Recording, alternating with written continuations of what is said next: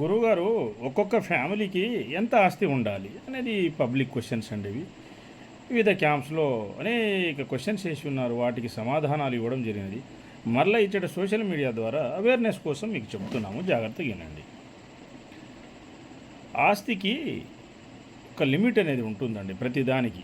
For example, మీరు ఒక 40 కిలోలు బరువు మోయగలరు. దాని బదులు 25 కిలోలు తల మీద ఉందనుకోండి, అది సేఫ్. అదే 50 కిలోలు 100 కిలోలు తల మీద పెడితే మీ హెడ్ పాడవుతుంది, సెర్వికల్ స్పాండలైటిస్ వస్తుంది, లంబార్ స్పాండలైటిస్ వస్తుంది, ఆ స్కెలిటన్ సిస్టమ్ దెబ్బతింటుంది, ఆరోగ్యం దెబ్బతింటుంది. అలాగే ఆస్తులు ఎక్కువన్నా, విపరీతంగా ఉన్నా, అస్సలు లేకపోయినా, దరిద్రం సంభవించినా అనేక బాధలు, కష్టాలు, నష్టాలు ఉంటాయన్నమాట.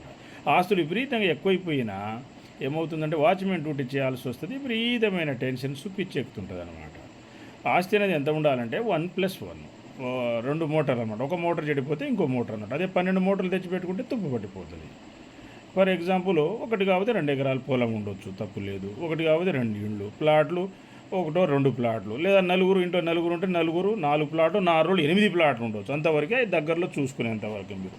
దాన్ని మించి ఉంటే మీకు టెన్షనే. సరే, ధర్మబద్ధంగా వచ్చింది, సంపాదించొద్దని అనము.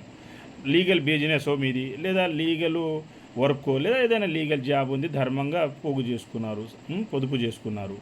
అదే అలా వచ్చేదాన్ని ఓ స్మాల్ స్కేలో, మీడియమో, మేజర్ ఇండస్ట్రీలో పెట్టి 10 మంది ఉద్యోగం వచ్చేటట్టు చేయండి, నలుగురు బతికేటట్టు చేయండి. అలా చేసుకోవచ్చు, తప్పు లేదు. ఆస్తి అయితే లిమిట్లోనే ఉండాలి, అప్పుడే మీరు ఆరోగ్యంగా హాయిగా ఉండగలరు. అలాగే మీరు సంపాదించేది కూడా ధర్మంగా సంపాదించాలి, ఆ ధర్మబద్ధంగా ఉండాలి. లేకపోతే ఈ మధ్యన ఒక వార్త విన్నాం చూడండి, ఒక గోల్డ్ మ్యాన్ అంటే బంగారం అంతా బాడీ మీద వేసుకొని తిరుగుతుంటే ఇన్కమ్ ట్యాక్స్ వాళ్ళు లాక్కెళ్ళారు చూడండి. ఇదే నరఘోష.